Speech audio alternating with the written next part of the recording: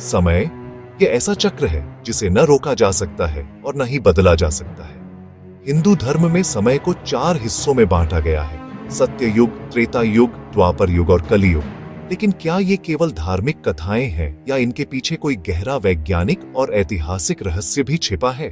आज हम जानेंगे 4 युगों का सच, उनकी अवधि, उनके लक्षण और वह सब कुछ जो हमारे शास्त्रों और आधुनिक शोध में मिलता है।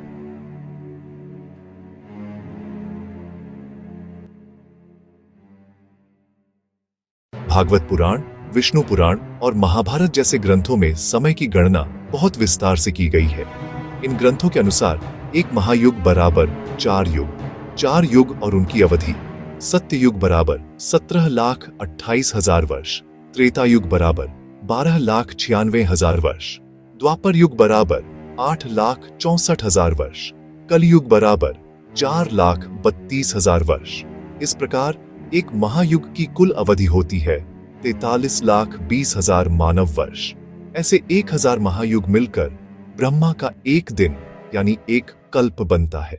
सत्य युग को कृत युग भी कहा जाता है। यह धर्म का पूर्ण युग था और इस युग में धर्म के चारों पैर स्थिर रहते थे, सत्य, दया, तप और शांति।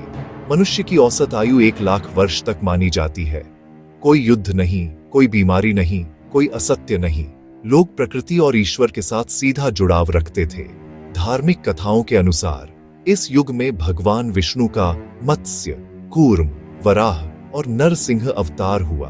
मनुष्य ध्यान और तपस्या द्वारा ईश्वर को प्राप्त करता था। वैज्ञानिक दृष्टिकोण से इसे मानव सभ्यता की प्रारंभिक शांत अवस्था या गोल्डन एज कहा जा सकता है, जहां मानव समाज छोटा और संतुलित था। त्रेता युग सत्य युग के बाद आया।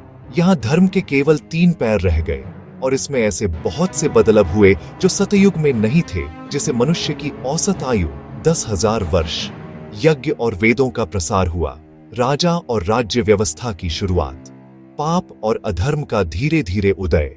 धार्मिक दृष्टिकोण से इसी युग में भगवान विष्णु ने रामावतार लिया। रामायण की कथा इसी युग की है। रावण जैसे असुरों का बढ़ना और राम रावण युद्ध। ऐतिहासिक और वैज्ञानिक दृष्टिकोण से यह वह समय था जब नगर सभ्यता विकसित होने लगी, कृषि और व्यापार का विस्तार हुआ और सामाजिक व्यवस्थाएं बनी। द्वापर युग धर्म के केवल 2 पैरों पर टिका था और इसमें मानव और नीचे गिर गया और औसत मानव आयु लगभग 1,000 वर्ष। युद्ध और अधर्म बढ़ने लगा, लोभ और सत्ता की लालसा बढ़ी। धार्मिक दृष्टिकोण से भगवान विष्णु ने कृष्णावतार लिया। महाभारत युद्ध हुआ जिसमें लाखों लोग मारे गए। इसी युग में श्री कृष्ण ने अर्जुन को भगवद गीता का उपदेश दिया, जो आज भी मानवता का मार्गदर्शन करती है। वैज्ञानिक दृष्टिकोण से यह समय लौह युग, आयरन एज और बड़े बड़े युद्धों का काल माना जा सकता है। सभ्यताओं के टकराव और राजनीतिक विस्तार इसी युग से मेल खाते हैं।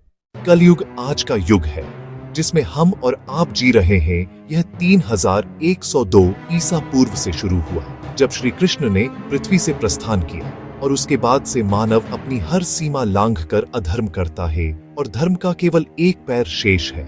मानव की आयु लगभग 100 वर्ष या उससे भी कम। पाप, हिंसा, लोभ और अन्याय का विस्तार, ईश्वर भक्ति और धर्म का क्षरण। भागवत पुराण कहता है कि कलयुग में धर्म केवल नाम मात्र रह जाएगा। लोग लोभ और मोह में फंसकर सत्य और धर्म को भूल जाएंगे। आधुनिक दृष्टिकोण से देखें तो तकनीकी विकास तेजी से हो रहा है, लेकिन नैतिकता और आध्यात्मिकता में गिरावट आ रही है। युद्ध, प्रदूषण, अपराध और जलवायु संकट बढ़ते जा रहे हैं। ये सब ठीक वैसे ही है जैसा शास्त्रों में कलयुग की भविष्यवाणी की गई थी।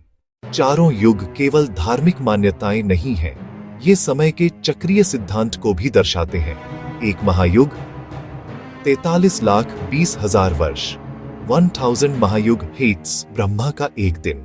ब्रह्मांडीय दृष्टि से देखें तो विज्ञान में भी चक्रीय समय, साइक्लिक टाइम थ्योरी की चर्चा होती है। बिग बैंग और बिग क्रंच जैसी थ्योरियां कहती हैं कि ब्रह्मांड फैलता है और फिर सिकुड़ता है, बिल्कुल युगों के चक्र की तरह।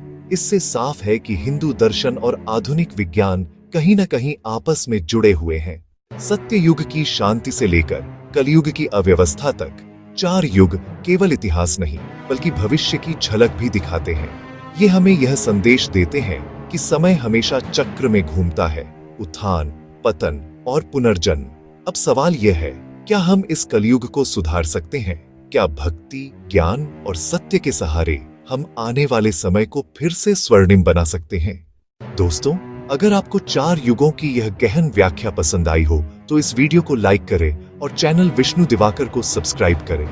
और आप हमें कमेंट में बताइए, क्या आप मानते हैं कि युगों का यह चक्र वास्तविक है या यह केवल प्रतीकात्मक कथाएं हैं?